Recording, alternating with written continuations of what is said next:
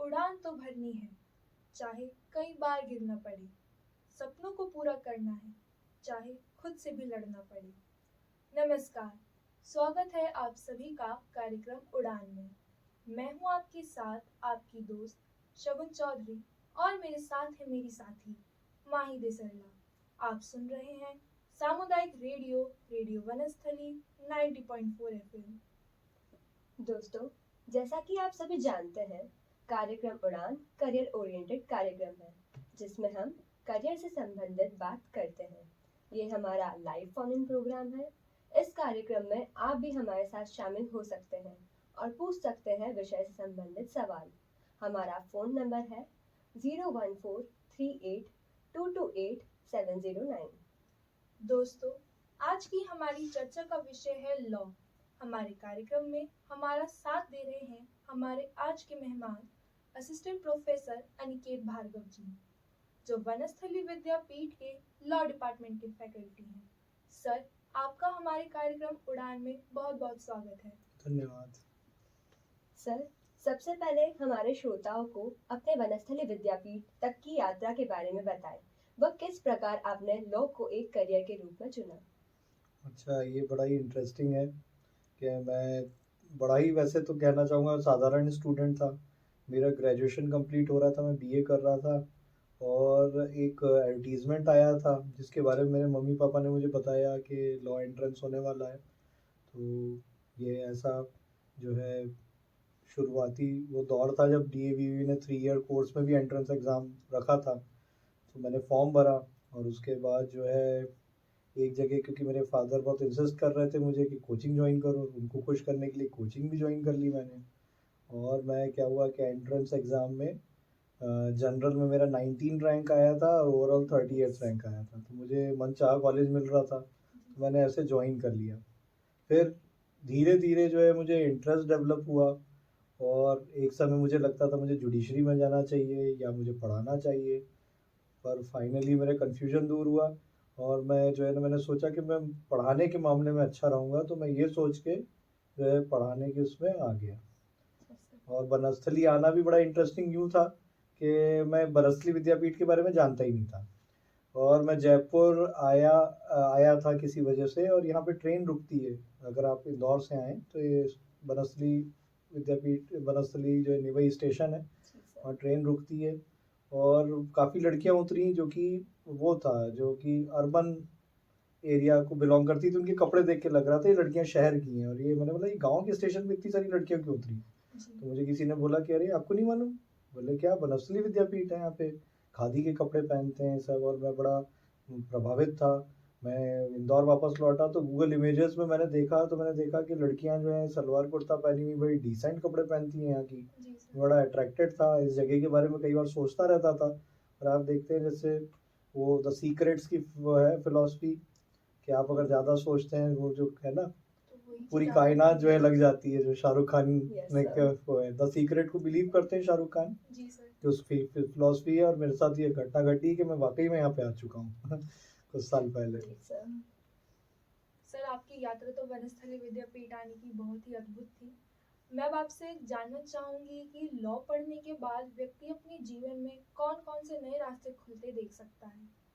अच्छा, वैसे तो लॉ हर जगह पाया जाता है, चाहे कोई व्यक्ति सीए किया हो उसको भी लॉ मालूम होना चाहिए, चाहे कोई इंजीनियर है, क्योंकि एक्सपेक्ट किया जाता है हर व्यक्ति को लॉ मालूम है। हालांकि ऐसा नहीं रहता है हकीकत में, लेकिन लॉ जो है अगर हम उसको कहें कि कई एस्पेक्ट्स हैं लॉ के।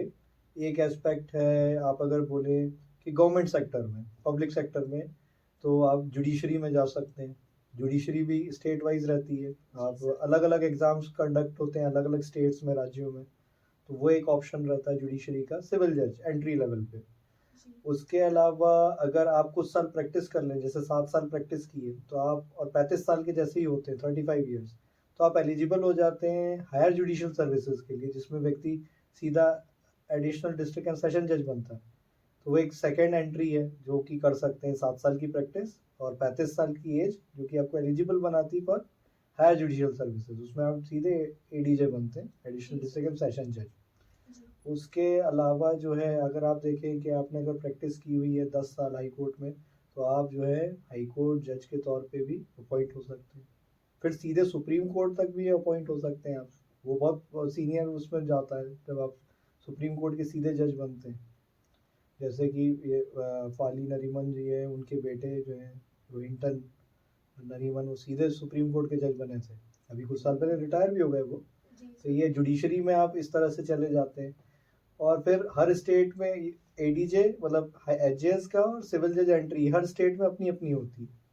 तो यहाँ पर भारत में जितने भी राज्य हैं, अगर आप सिर्फ हिंदी भाषी राज्य देखें तो 11 हिंदी भाषी राज्य हैं। आप उसमें अगर करते हैं अलग अलग आपको मतलब 11 मौके मिलते हैं एक साल में जज बनने के। जी उसके अलावा अगर आप लोकल लैंग्वेज वहाँ की जानते हैं, आप सपोज कीजिए बंगाली ही जानते हैं, तो आप बंगाल की भी जुडिशरी दे सकते हैं। आप तमिल जानते हैं तो वो भी दे सकते हैं। तो ये तो जुडिशरी की बात हुई। इसके अलावा आप एपीपी, जिसको उत्तर प्रदेश में कहते हैं असिस्टेंट प्रोसिक्यूशन ऑफिसर, वो दे सकते, पब्लिक प्रोसिक्यूटर, उसका एग्ज़ाम दे सकते हैं। एडीपीओ मध्य प्रदेश में होता है, उसका एग्ज़ाम दे सकते हैं। और राजस्थान में भी होता है, अलग अलग राज्यों में वो भी एग्ज़ाम्स होते हैं जो कि प्रोसिक्यूशन ऑफिसर के रिक्रूटमेंट के लिए रहते हैं, वो भी आप दे सकते हैं। इसके अलावा अगर आप देखें तो बैंक्स में भी हर साल आप देखेंगे फरवरी में एक एग्ज़ाम कंडक्ट होता है एबीपीएस, और वो बैंक्स में लॉ ऑफिसर के लिए करता है। तो ये गवर्नमेंट सेक्टर में वो भी एक वो है। जी सर। इसके अलावा कुछ साल पहले क्या हुआ कि जो क्लैट का जो पीजी एग्ज़ाम है, उसमें अगर आपकी अच्छी रैंक है तो पब्लिक सेक्टर यूनिट्स भी आपको जो है कॉल करती हैं। तो अगर आप वहाँ पे टॉप रैंक ला रहे हैं, टॉप 50 अगर रैंक है आपकी, उनके एज पर वो रहता है रिक्वायरमेंट्स के हिसाब से।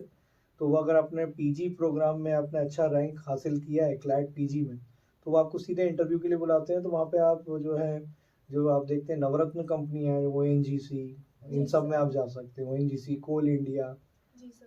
है ना, इंडियन ऑयल, इनमें लॉ ऑफिसर के तौर पे जाते हैं। तो आजकल क्लैट भी पीजी इस वजह से ज़्यादा बच्चे देने लगे हैं, क्योंकि अगर उनके अच्छे रैंक आए तो उनको सीधे इंटरव्यू का मौका मिलेगा, और वो एक सेंट्रल गवर्नमेंट की जॉब है जिसमें अच्छी सैलरी मिल रही है।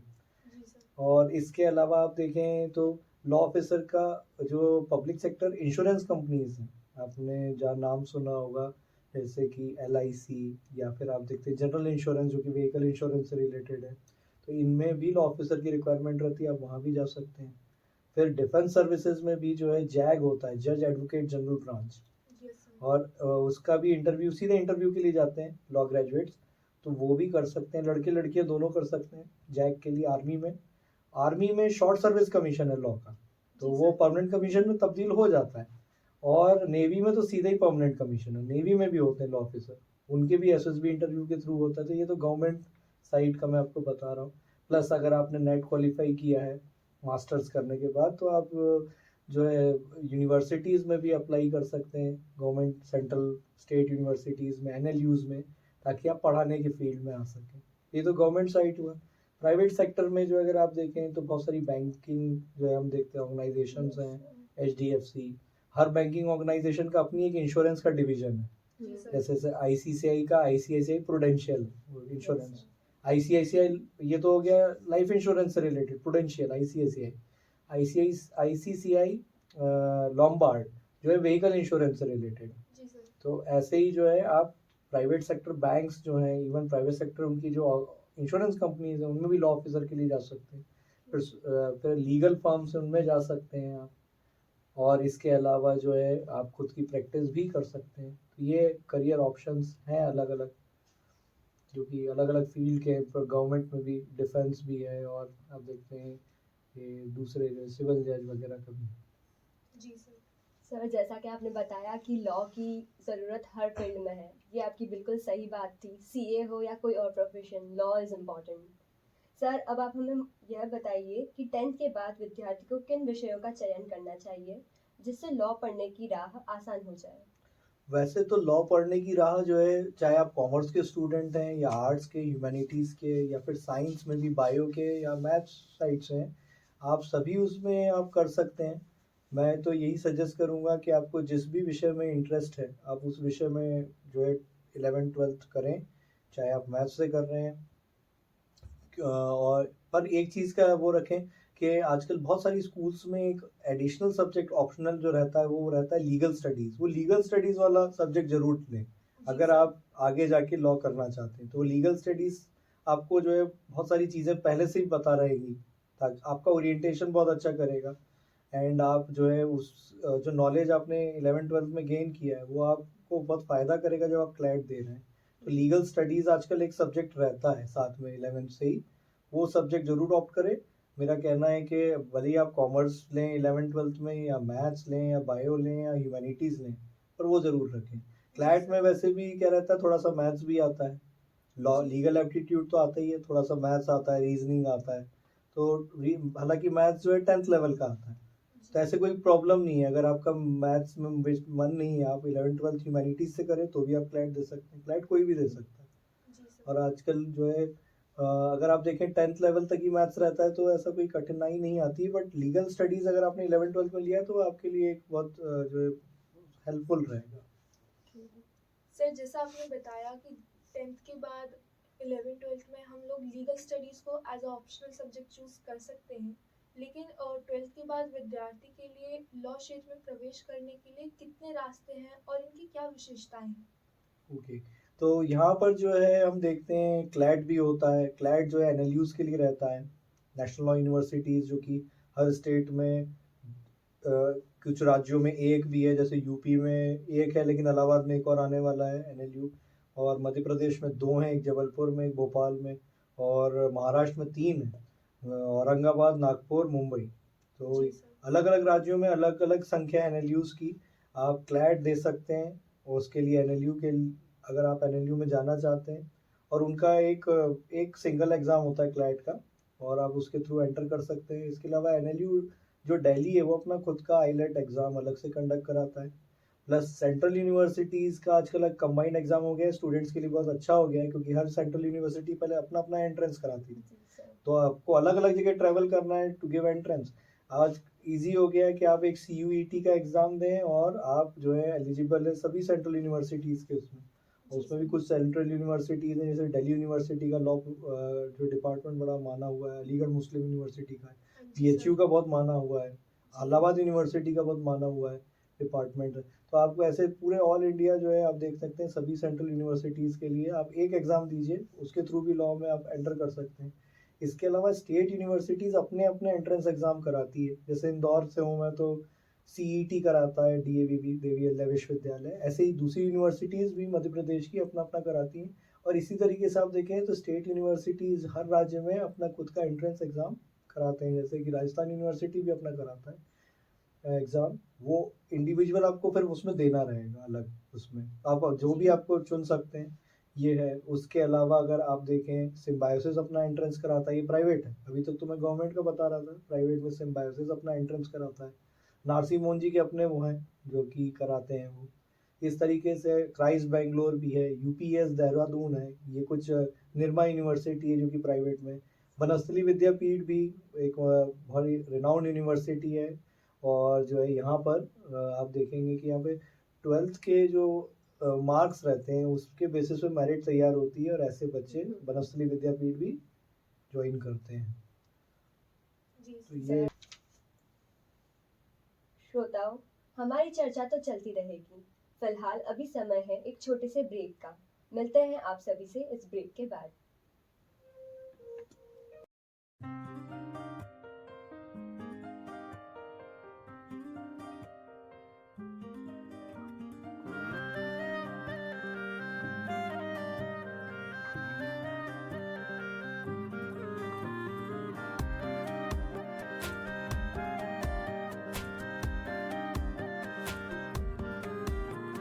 खैरियत पूछो कभी तो कैफियत पूछो, तुम्हारे बिन दीवाने का क्या हाल है। दिल मेरा देखो ना मेरी हैसियत पूछो, तेरे बिन एक दिन जैसे 100 साल है। अंजाम है तय मेरा, होना तुम्हें है मेरा, जितनी भी हो दूरियां फिलहाल है। ये दूरियां फिलहाल है। ओ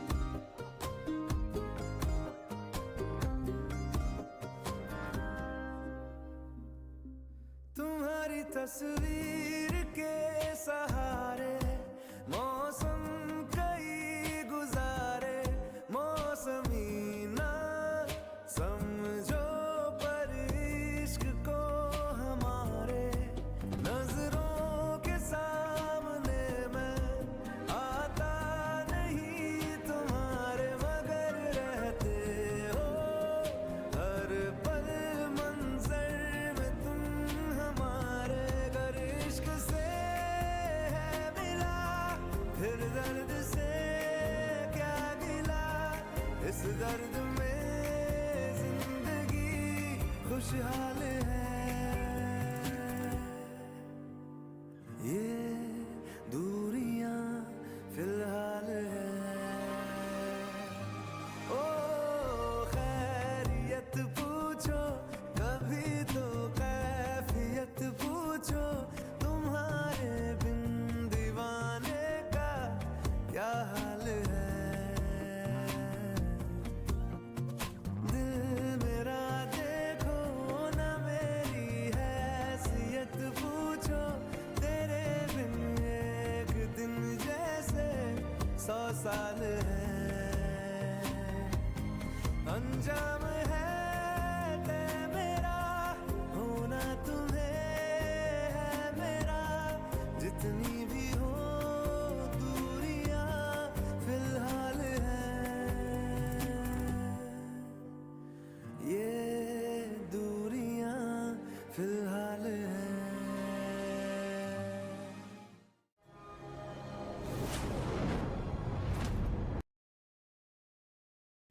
दोस्तों, ब्रेक के बाद एक बार फिर स्वागत है आप सभी का हमारे कार्यक्रम उड़ान में। हमारे साथ हैं असिस्टेंट प्रोफेसर अनिकेत भार्गव जी और हमारी चर्चा का विषय है लॉ। मैं हूं आपके साथ आपकी दोस्त शगुन चौधरी और मेरे साथ हैं मेरी साथी माही देसरला। आप सुन रहे हैं रेडियो वनस्थली 90.4 FM। इस कार्यक्रम में आप भी पूछ सकते हैं विषय से संबंधित सवाल। हमारे फोन नंबर है 01438228709। सर, आपने हमें कई यूनिवर्सिटीज के नाम बताए और उनमें अलग अलग एग्जाम्स के नाम बताए जो लॉ के लिए लिए जा सकते हैं। सर, पर यदि कोई क्लेट या इन अन्य परीक्षाओं द्वारा लॉ क्षेत्र में प्रवेश ना कर सके तो उसके पास कोई और विकल्प है क्या? हाँ जी, विकल्प जो है उनकी कमी नहीं है। और अगर जैसे किसी व्यक्ति का नहीं हो पा रहा है इन अच्छे मतलब जो एग्ज़ाम्स जो एलीट इंस्टीट्यूशंस में होते हैं, तो भी आप देखते हैं कि हर ज़िला मुख्यालय जो है डिस्ट्रिक्ट हेडक्वार्टर में आपको लॉ कॉलेज मिलेगा। और बड़े शहरों में तो एक से अधिक प्राइवेट लॉ कॉलेजेस भी हैं और आप देखते हैं गवर्नमेंट कॉलेजेस भी हैं, उनमें भी आप ले सकते हैं। और आप अच्छे से करें कोर्स तो आपको बहुत अच्छा जो है उसके वो फ़ायदे होंगे। क्योंकि अब जैसे मैं खुद जो है मैं गवर्नमेंट लॉ कॉलेज इंदौर से पढ़ा और आज मैं यहाँ पर बनस्थली में कार्यरत हूँ। तो ऐसा कुछ नहीं है कि अगर आप जो हैं सिर्फ बड़े संस्थानों से ही पढ़ें तो ही आपका करियर बनेगा। और ख़ास बात तो मेरे पिताजी जो है कहते हैं कि स्टूडेंट जो है सबसे अच्छा स्टूडेंट वो होता है जिसकी वजह से उसका संस्थान जाना जाए। उसमें ख़ास बात होनी चाहिए कि उसका संस्थान भी उसके नाम से जाना जाए। तो ऐसे जो आप देखते हैं कि कोई विकल्पों की कमी नहीं है, अपॉर्चुनिटीज़ सभी जगह है। तो अगर आपका अच्छे संस्थानों में हो रहा है तो बहुत अच्छी बात है क्योंकि वहाँ एक्सपोजर आपको अच्छा मिलेगा।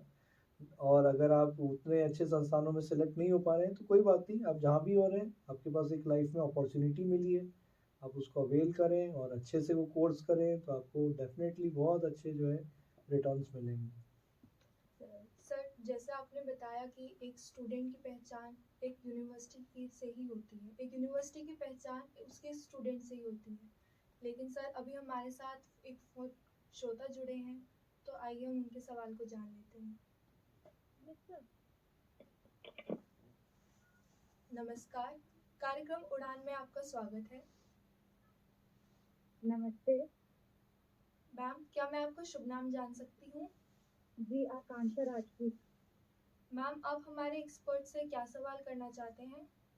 जी, पहले तो नमस्ते सर। सर, मैं आकांक्षा राजपूत सेकंड ईयर से। सर, मैं ये पूछना चाहती हूँ कि being a law student of second year, मुझे इंटर्नशिप लॉ फर्म से करनी चाहिए या कोर्ट से? अच्छा, ये तो बहुत अच्छा सवाल पूछा है आपने इंटर्नशिप के बारे में। इंटर्नशिप के बारे में मेरा ऐसा मानना है कि आपको जहाँ भी अपॉर्चुनिटी मिले वो आपको करना चाहिए, चाहे वो लॉ फर्म हो या आप डिस्ट्रिक्ट कोर्ट में कर रहे हैं। बट इंटर्नशिप बस वैसा करें कि जो सब्जेक्ट आपने पढ़ा है उसी से रिलेटेड इंटर्नशिप हो। जैसे कि जैसे अगर आप सेकेंड ईयर में हैं तो सेकेंड ईयर के स्टूडेंट्स आमतौर पे जो है कॉन्स्टिट्यूशनल लॉ पढ़ते हैं, फैमिली लॉ एंड आईपीसी। तो उनको जो है इंटर्नशिप वैसी करना चाहिए जो कि इन सब्जेक्ट से रिलेटेड है। आप कॉन्स्टिट्यूशनल लॉ में आप किसी हाई कोर्ट एडवोकेट या सुप्रीम कोर्ट एडवोकेट के अंडर भी कर सकते हैं, फॉर्म्स में ही कर सकते हैं, और वो कोई प्रॉब्लम नहीं है। और उसके अलावा फैमिली कोर्ट में आप कर सकते हैं क्योंकि आप फैमिली लॉ भी पढ़ते हैं, और आपने क्योंकि आईपीसी इंडियन पैनल कोड पढ़ा है तो आप क्रिमिनल लॉयर के अंडर भी इंटर्नशिप कर सकते हैं। तो आप अलग अलग जगह, मैं सजेस्ट करूँगा कि आप जहाँ जहाँ भी इंटर्नशिप के लिए अप्लाई करना चाहते हैं कीजिए। उससे क्या होगा, आपके पास एक से अधिक विकल्प होंगे और आपको चुनने में आसानी जाएगी कि आपको कौन सा सूटेबल है। तो मैं सजेस्ट करूँगा कि आप जहाँ भी आपके, जैसे लॉक्टोपस एक वेबसाइट है उसमें इंटर्नशिप का आता रहता है, तो आप देखें।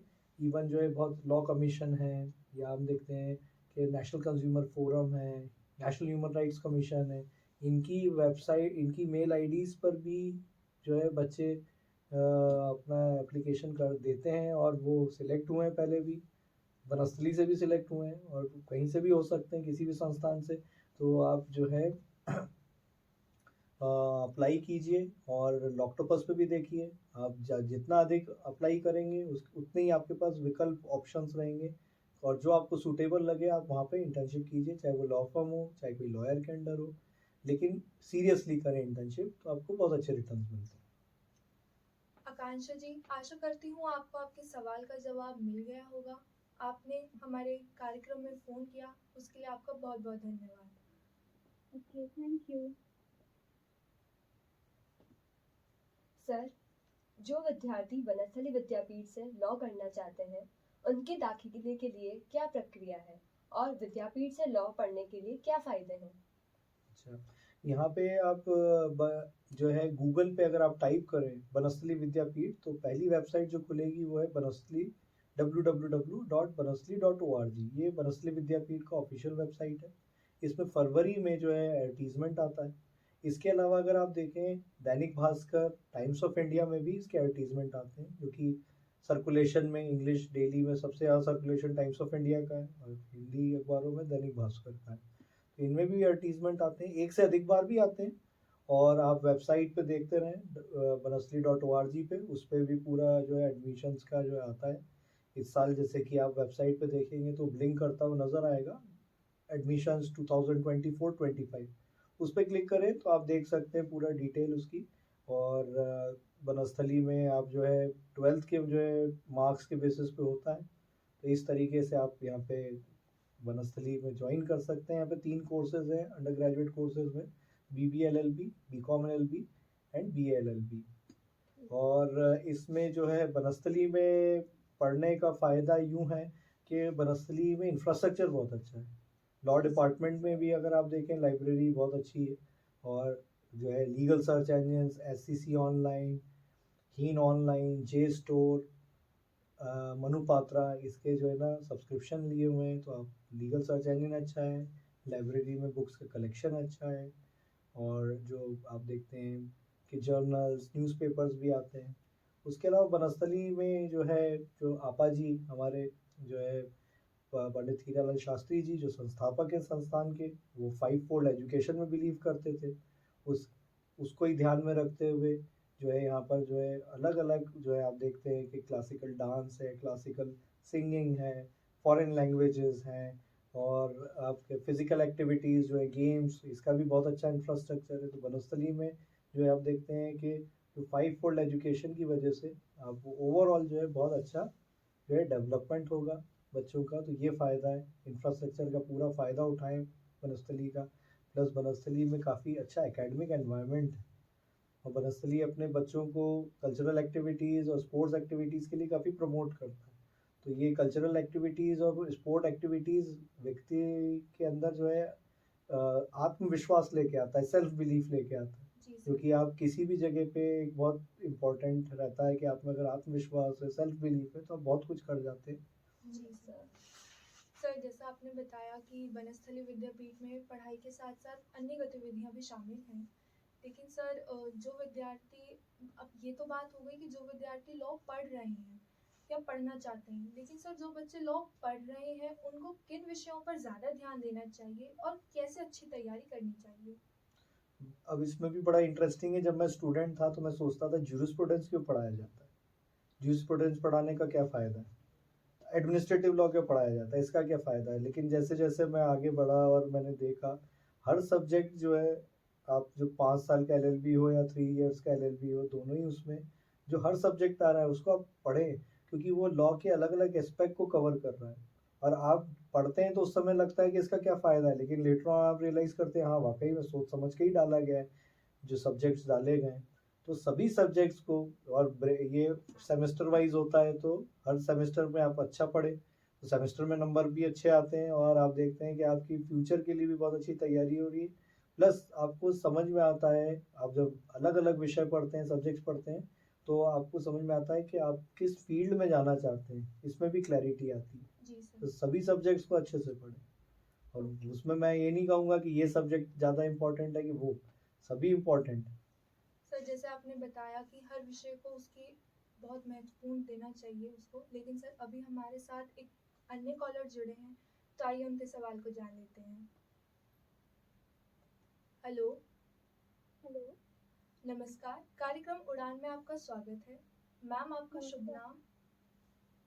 मैं आकांक्षा बोल रही हूँ बनस्थली से। मैम आप हमारे एक्सपर्ट से क्या सवाल करना चाहते हैं? सबसे आपने पहले तो नमस्ते सर। सर मेरा क्वेश्चन है कि जुडिशरी से पहले हमें 2 साल की एडवोकेसी करनी चाहिए, डायरेक्ट जुडिशरी के लिए अप्लाई करना चाहिए? ओके, नमस्कार। आकांक्षा जी, आपका बहुत बहुत शुक्रिया कार्यक्रम उड़ान में फ़ोन करने के लिए। हम जल्दी आपसे पूछे गए सवाल का जवाब हमारे एक्सपर्ट से पूछने का प्रयास करेंगे। नमस्कार। सर जैसे आकांक्षा जी ने कहा कि जुडिशरी जो है हमें डायरेक्ट एग्ज़ाम देना चाहिए या पहले एडवोकेसी करनी चाहिए, तो सर इस पर आपकी क्या राय है? इसमें देखिए कुछ राज्यों में तो ऐसा, पहले तो ऐसा था 3 इयर्स सर्विस, 3 इयर्स की आपकी वो रहना चाहिए प्रैक्टिस, और फिर उसके बाद आप जुडिशरी के लिए अप्लाई कर सकते थे। और कुछ अब राज्यों में वापस से ऐसी बात उठी है कि वो एक्सपीरियंस जो है बहुत काम आता है, तो हमें वापस से एक्सपीरियंस वाले उसमें जाना चाहिए। पहले था कि 3 इयर्स की प्रैक्टिस फिर आप जुडिशरी में जा सकते थे। अब क्या हो गया, बीच में ये हुआ कि आप सीधे ही लॉ ग्रेजुएट्स दे सकते हैं। अब वापस से बात उठ रही है कि नहीं, थोड़ा सा एक्सपीरियंस और वो रहे। अब ये तो क्या रहता है कि जो एग्ज़ाम्स कंडक्ट कराते हैं उनके ऊपर डिपेंड करता है कि किस चीज़ को एलिजिबिलिटी क्राइटेरिया रखते हैं वो।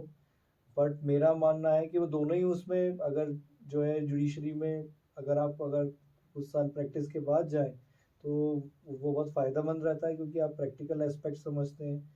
वकील जो हैं वो कैसे जो है उनके टैक्टिक्स रहते हैं, तो वो आपको ज़्यादा अच्छे समझ में आते हैं।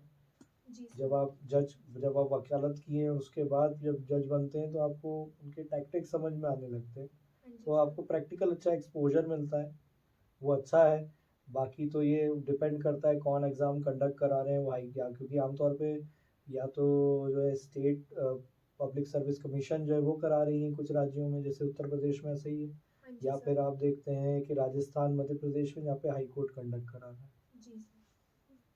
सर आज के समय में लोगों के पास समय की बहुत कमी है, तो लॉ पढ़ने वाले विद्यार्थी किस प्रकार अन्य गतिविधियों के साथ साथ लॉ के लिए ज़्यादा से ज़्यादा सदुपयोग कर सकते हैं? अब इसमें देखिए हम देखते हैं कि समय की कमी हुई है, बहुत सारी गतिविधियों में इन्वॉल्व है, लेकिन एक तरफ हम देखते हैं कि लीगल सर्च इंजन्स हैं, एससीसी ऑनलाइन, मनु पात्रा। इसके अलावा अगर आप देखें तो बार एंड बेंच है और लाइव लॉ है। ये सारी चीज़ें अगर आप देखें तो बहुत ही आप कम समय में जो है काफ़ी कुछ जान सकते हैं। और इसके अलावा अगर आप देखें तो आजकल तो यूट्यूब पर भी जो है आप जैसे आप वो फिनोलॉजी लीगल, उसमें भी बच्चों को जो है बहुत ब्रीफली बताया जाता है वीडियोस के थ्रू। जी तो सर। आजकल यूट्यूबर्स जो हैं वो भी एक जो है काफ़ी अच्छा, पर उसमें आइडेंटिफाई करना है कि कौन सही आपको वो कर रहा है। हालांकि अगर आप देखें live law, bar and bench, SCC online, Manu Patra, ये सब तो बहुत ऑथेंटिक जो है वो आपको प्रोवाइड कर रहे हैं। रिसेंट टाइम्स में मुझे ऐसा लगा कि फिनोलॉजी लीगल बच्चों में बहुत फेमस हुआ है क्योंकि वो बहुत अच्छे वीडियोस बनाते हैं। तो इस तरीके से भी आपका समय काफ़ी कुछ बचता है। और आप देखते हैं कि आज इंटरनेट का जो एक्सेस है उसके थ्रू आप बहुत सारी चीज़ें जो है कम समय में देख सकते हैं कुछ। और गूगल पे भी आप सर्च करने की भी एक कला होती है। जी जब आप सर। उसको, तो अगर वो कला आप में है तो आप बहुत जल्दी जो है एक सही जगह पे पहुंच जाएंगे। तो ये सब तरीके हैं। तो गूगल का बहुत अच्छा सही इस्तेमाल करें। गूगल क्रोम ने एक एडवर्टीजमेंट दिया था कुछ साल पहले, internet is what you make of it. तो आप बम भी बना सकते हैं गूगल देख के और बहुत अच्छा काम भी कर सकते हैं गूगल देख के। तो it is all up to the person what he wants to do. जी सर। सर आपने बहुत ही अच्छी बात कही कि गूगल का इस्तेमाल हमारे हाथों में है, वो हमारी इच्छा है कि हम उसको कैसे उपयोग कर सकते हैं। सर लॉ कॉलेजेस में पाठ्यक्रम के अलावा कौन कौन सी गतिविधियां हैं और उनके क्या फ़ायदे हो सकते हैं जो एक लॉ स्टूडेंट अपने जीवन में ले सकता है? मेरा मानना है कि जितनी भी गतिविधियां रहती हैं वो सब बच्चों के भले के लिए रहती है, स्टूडेंट्स के लिए।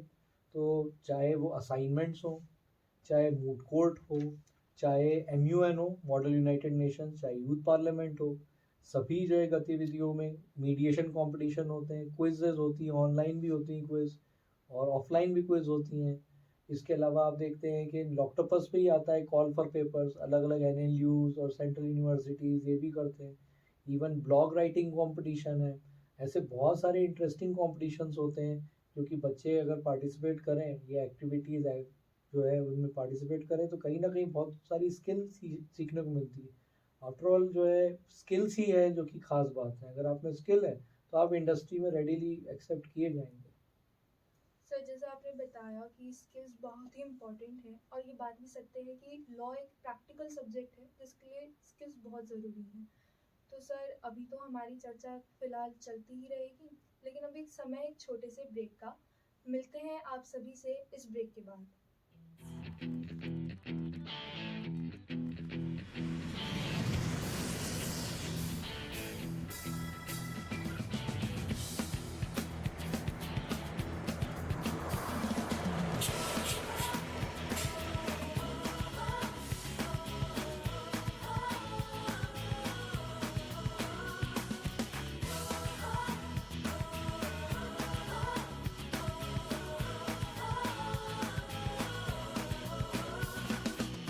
सोचा कहाँ था ये जो हो गया, माना कहाँ था ये लो हो गया। चुटकी कोई काटो ना है हम तो होश में, कदमों को थामो ये है उड़ते जोश में। बादल पे पाँव है या झूठा गाँव है, अब तो भाई चल पड़ी अपनी ये नाव है। बादल पे पाँव है या झूठा गाँव है, अब तो भाई चल पड़ी अपनी ये नाव है।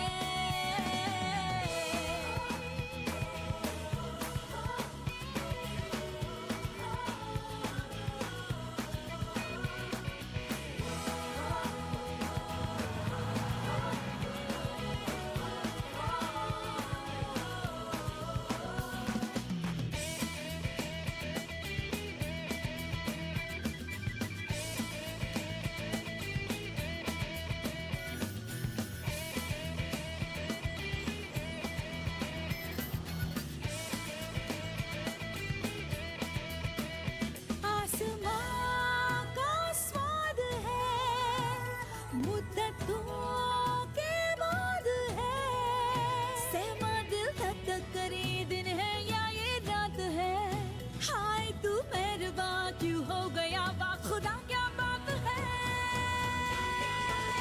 बादल पे पाँव है या झूठा गाँव है, अब तो भाई चल पड़ी अपनी ये नाव है। बादल पे पाँव है या झूठा गाँव है, अब तो भाई चल पड़ी अपनी ये नाव है।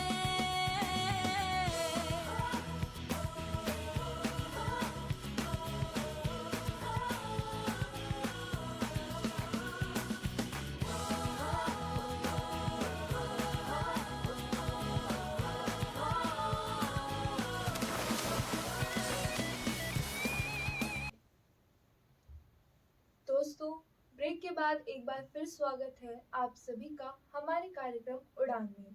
हमारे साथ हैं असिस्टेंट प्रोफेसर अनिकेत भार्गव जी और हमारी चर्चा का विषय है लॉ। मैं हूं आपके साथ आपकी दोस्त शगुन चौधरी और मेरे साथ है मेरी साथी माही देसरला और आप सुन रहे हैं रेडियो वनस्थली 90.4 FM।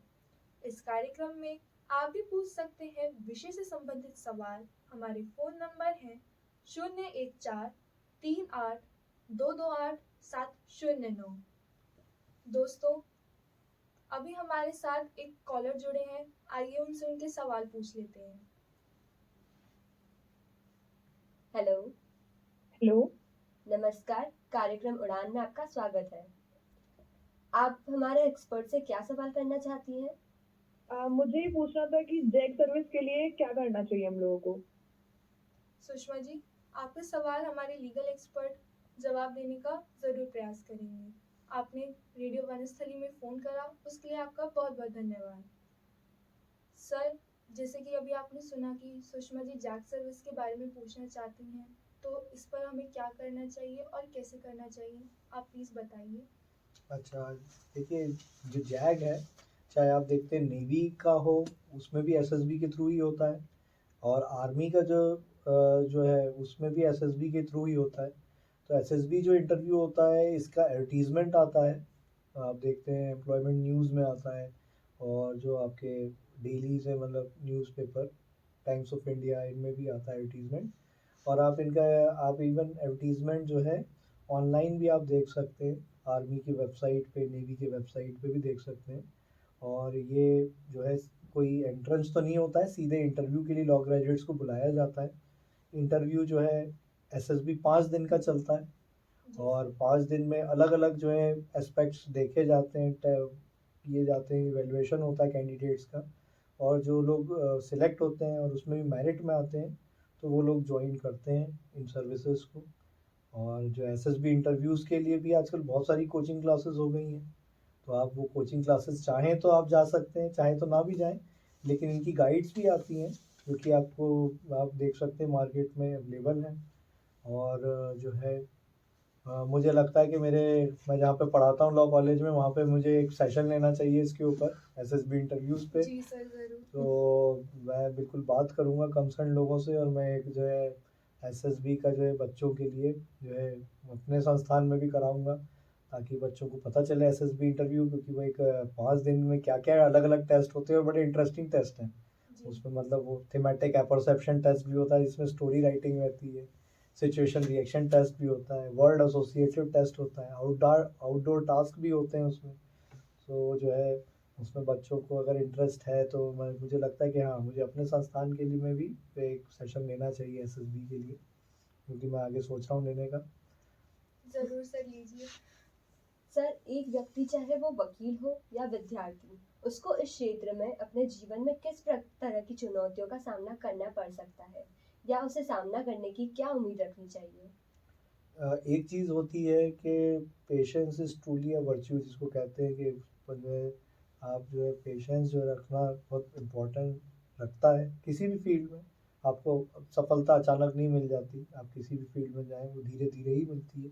तो निराश ना हो और प्रयास करते रहें, क्योंकि आप देखें कि कुछ साल पहले अमिताभ बच्चन ने भी कहा था कि मेरा जीवन कुछ ऐसा रहा कि मैं चला, लड़खड़ाया, कभी गिरा और फिर उठा और फिर चल पड़ा। तो चलते रहिए और पेशेंस रखिए। पेशेंस रखना सबसे बड़ी चीज़ होती है, क्योंकि अगर आप वकालत भी कर रहे हैं तो वो धीरे धीरे ही आपकी वकालत जो है वो जो है जमती है, और आप कर पाते हैं उसको एक। और जुडिशरी में भी क्या रहता है कि आप जब ज्वाइन करते हैं, पहले तो आप एंट्रेंस क्लियर करते हैं, वो एक चैलेंज होता ही है। प्लस वहाँ पे जब आप नए नए जज बनते हैं तो भी आपको सामने चैलेंजेस होते हैं, तो आप हताश ना हो। और बहुत ज़्यादा जो है अगर आपसे गलती हो रही है तो उसको मुस्कुरा के एक्सेप्ट करें कि हाँ, हमसे गलती हुई है, और आगे सीखें। और ऐसे ही जो है बढ़ते रहें, पेशेंस रखें। और चैलेंजेस तो आपको आएंगे किसी भी इंडस्ट्री में ज्वाइन करने पर, पेशेंस के साथ खुश होके उत्साह के साथ काम करें। जैसा कि कहते हैं कि भाई प्रसन्नता में कोई क्रिया नहीं है, लेकिन उत्साह में क्या रहती है, प्रसन्नता भी रहती है और क्रिया भी रहती है। तो उत्साह रखें अच्छा, तो आप सफल रहेंगे बिल्कुल। जी सर। सर, आज आपने हम सबको बहुत ही खूबसूरत जानकारी दी और इतनी अच्छी जानकारी देने के लिए आपका बहुत बहुत धन्यवाद। दोस्तों, आज के कार्यक्रम में बस इतना ही। आशा है आपको हमारा कार्यक्रम पसंद आया होगा। आपको हमारा कार्यक्रम कैसा लगा, अपने सुझाव हमें पत्र, फोन या ईमेल द्वारा बता सकते हैं। हमारा पता है कार्यक्रम उड़ान, रेडियो वनस्थली, वनस्थली विद्यापीठ, जिला टोंक, राजस्थान। हमारा पिन कोड है 304022। हमारा फ़ोन नंबर है 01438228432 228709। हमारी ईमेल आईडी है radiovanasthali@gmail.com। आज के लिए दीजिए अपनी सखी शगुन चौधरी व मेरी साथी माही देसरला को इजाजत। नमस्कार।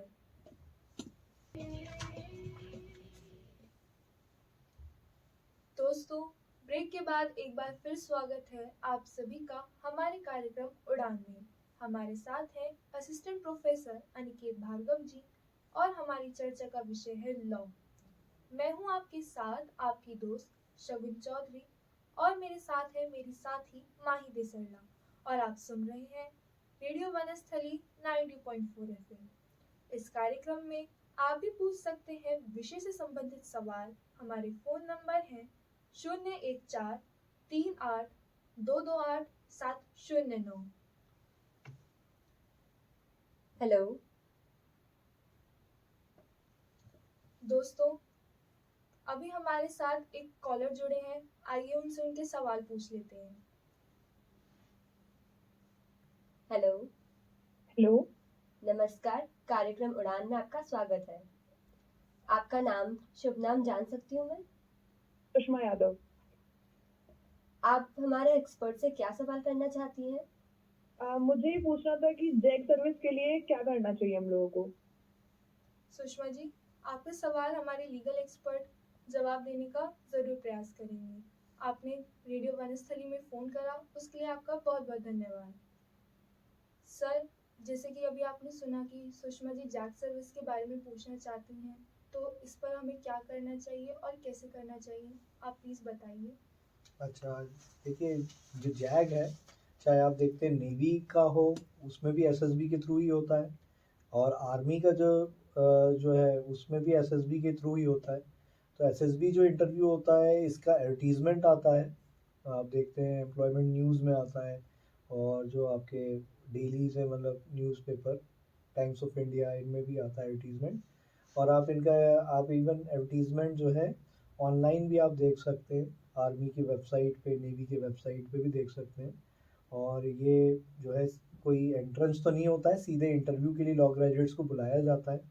इंटरव्यू जो है एसएसबी 5 दिन का चलता है, और 5 दिन में अलग अलग जो है एस्पेक्ट्स देखे जाते हैं, किए जाते हैं, इवेल्युएशन होता है कैंडिडेट्स का, और जो लोग सिलेक्ट होते हैं और उसमें भी मेरिट में आते हैं, तो वो लोग ज्वाइन करते हैं इन सर्विसेज को। और जो एसएसबी इंटरव्यूज़ के लिए भी आजकल बहुत सारी कोचिंग क्लासेस हो गई हैं, तो आप वो कोचिंग क्लासेस चाहें तो आप जा सकते हैं, चाहें तो ना भी जाएं, लेकिन इनकी गाइड्स भी आती हैं जो कि आप देख सकते हैं मार्केट में अवेलेबल हैं। और जो है मुझे लगता है कि मैं जहाँ पे पढ़ाता हूँ लॉ कॉलेज में, वहाँ पे मुझे एक सेशन लेना चाहिए इसके ऊपर, एसएसबी इंटरव्यूज़ पे। जी सर, जरूर। तो मैं बिल्कुल बात करूँगा कंसर्न लोगों से, और मैं एक जो है एसएसबी का जो है बच्चों के लिए जो है अपने संस्थान में भी कराऊँगा, ताकि बच्चों को पता चले एसएसबी इंटरव्यू, क्योंकि वो एक 5 दिन में क्या क्या अलग अलग टेस्ट होते हैं, और बड़े इंटरेस्टिंग टेस्ट हैं उसमें। मतलब वो थीमेटिक एपर्सेप्शन टेस्ट भी होता है, जिसमें स्टोरी राइटिंग रहती है, सिचुएशन रिएक्शन टेस्ट भी होता है, वर्ड एसोसिएटिव टेस्ट होता है, आउटडोर टास्क भी होते हैं उसमें। तो जो है उसमें बच्चों को अगर इंटरेस्ट है, तो मुझे लगता है कि हाँ, मुझे अपने संस्थान के लिए में भी एक सेशन लेना चाहिए एसएसबी के लिए, क्योंकि मैं आगे सोच रहा हूँ लेने का। जरूर सर, लीजिए। सर, एक व्यक्ति चाहे वो वकील हो या विद्यार्थी, उसको इस क्षेत्र में अपने जीवन में किस तरह की चुनौतियों का सामना करना पड़ सकता है, या उसे सामना करने की क्या उम्मीद रखनी चाहिए? एक चीज़ होती है कि patience is truly a virtue, जिसको कहते हैं कि जो है आप जो है पेशेंस जो रखना बहुत इम्पोर्टेंट लगता है किसी भी फील्ड में। आपको सफलता अचानक नहीं मिल जाती, आप किसी भी फील्ड में जाएं वो धीरे धीरे ही मिलती है। तो निराश ना हो, और प्रयास करते रहें, क्योंकि आप देखें कि कुछ साल पहले अमिताभ बच्चन ने भी कहा था कि मेरा जीवन कुछ ऐसा रहा कि मैं चला, लड़खड़ाया, कभी गिरा और फिर उठा और फिर चल पड़ा। तो चलते रहिए और पेशेंस रखिए। पेशेंस रखना सबसे बड़ी चीज़ होती है, क्योंकि अगर आप वकालत भी कर रहे हैं तो वो धीरे धीरे ही आपकी वकालत जो है वो जो है जमती है और आप कर पाते हैं उसको एक। और जुडिशरी में भी क्या रहता है कि आप जब ज्वाइन करते हैं, पहले तो आप एंट्रेंस क्लियर करते हैं, वो एक चैलेंज होता ही है। प्लस वहाँ पे जब आप नए नए जज बनते हैं तो भी आपको सामने चैलेंजेस होते हैं, तो आप हताश ना हो। और बहुत ज़्यादा जो है अगर आपसे गलती हो रही है तो उसको मुस्कुरा के एक्सेप्ट करें कि हाँ हमसे गलती हुई है, और आगे सीखें। और ऐसे ही जो है बढ़ते रहें, पेशेंस रखें। और चैलेंजेस तो आपको आएंगे किसी भी इंडस्ट्री में ज्वाइन करने पर, पेशेंस के साथ खुश होके उत्साह के साथ काम करें। जैसा कि कहते हैं कि भाई प्रसन्नता में कोई क्रिया नहीं है, लेकिन उत्साह में क्या रहती है, प्रसन्नता भी रहती है और क्रिया भी रहती है। तो उत्साह रखें अच्छा, तो आप सफल रहेंगे बिल्कुल। जी सर। सर, आज आपने हम सबको बहुत ही खूबसूरत जानकारी दी और इतनी अच्छी जानकारी देने के लिए आपका बहुत बहुत धन्यवाद। दोस्तों, आज के कार्यक्रम में बस इतना ही। आशा है आपको हमारा कार्यक्रम पसंद आया होगा। आपको हमारा कार्यक्रम कैसा लगा, अपने सुझाव हमें पत्र, फोन या ईमेल द्वारा बता सकते हैं।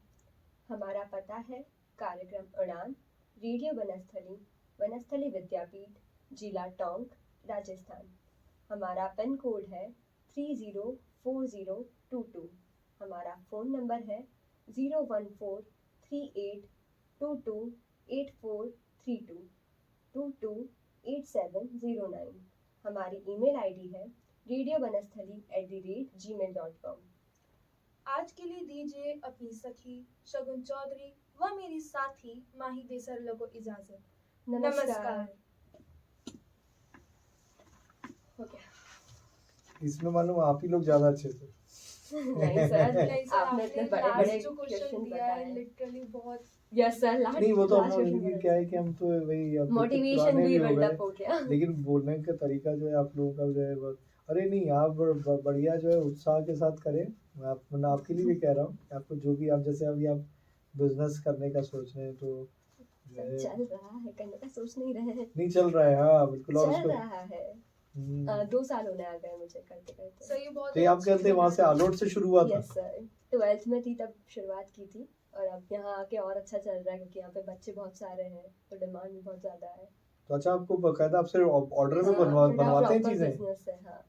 अरे वाह, सर, आपके पेरेंट्स बड़े प्राउड होंगे भाई ये जो है सर कि जो है। और आपके पेरेंट्स क्या है, आपके फादर बिजनेस पापा में? बिजनेसमैन है, और मम्मी एनजीओ रन करती है, अच्छा। उसमें जोन चेयरपर्सन है और अध्यक्ष भी।